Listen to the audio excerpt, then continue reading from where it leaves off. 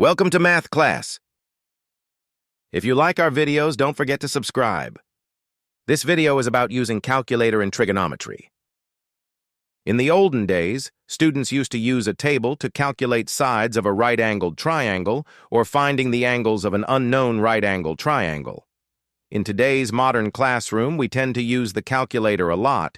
This can either be a scientific calculator, which we normally use in the classroom, or a graphic calculator for senior match levels. As long as your calculator has the 3 buttons for sine, cosine, and tan, you can start using it for trigonometry. Now, some calculates might have different ways of getting the answer. Some you might need to press the number first, then press sin, cos, or tan.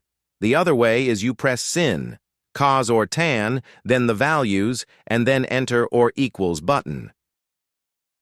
Let's try some examples. I am going to write sine 23, cosine 23, and tan 23. Now we're going to use the calculator, so let's do the first one. I press sine and 23, then press enter. I get the answer of 0.3907. Again, your calculator might do the other way around. So you can try press 23, then press sine. Let's try cosine this time. I press cos and 23. The answer is 0.9205. I think so far you've noticed that I've been rounding the numbers after the decimal place. This could vary.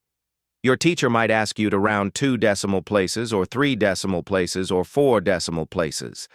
At the moment, I'm just rounding the numbers to 4 decimal places. The last one, let's press tan and 23, and the answer is 0.4244. Now it's your turn. Let's do 3 examples: sine 41, cosine 72, and tan 19.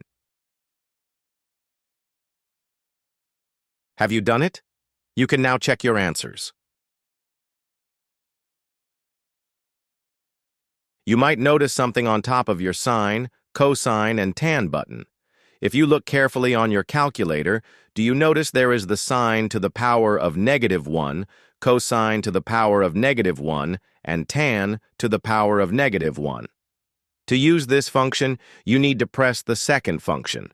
This should be on your calculator, or it could be the shift button on your calculator. The tip is to look at the color of your button of the 3 functions and see which button you will need to press to use that particular function. This function is to find unknown angles, which you will learn in the next several topics in trigonometry. For the time being, let's just know how to use the function itself. I'm going to give you a couple of random numbers for the 3 functions. What you're going to do is learn how to use the calculator to find the unknown angle. Let's do these 3 examples together. Let's do the first one. So I'm going to use my calculator. I'm going to press shift sign, then press the number 0.3423. Press enter, I get 20.017.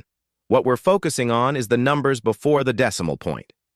Here we have 20. So for this question, 20 is our angle. Let's try the second one.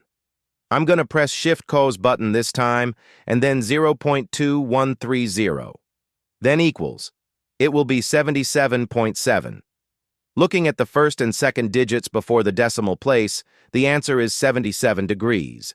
However, if we look at the number after the decimal point, we could see the number 7.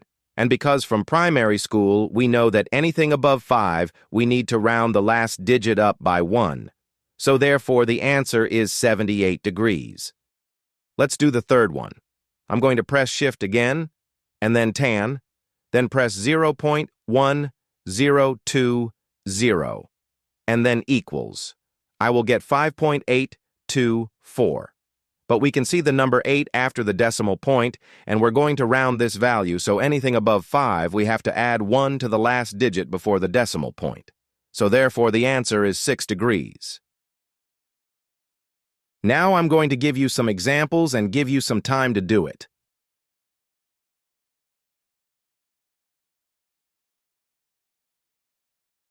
And here are the answers to the 3 questions. Have you got them right? I hope you enjoyed today's topic. I have put the link to the other trigonometry videos at the end of this video, which you can go and check them out. Thank you for watching.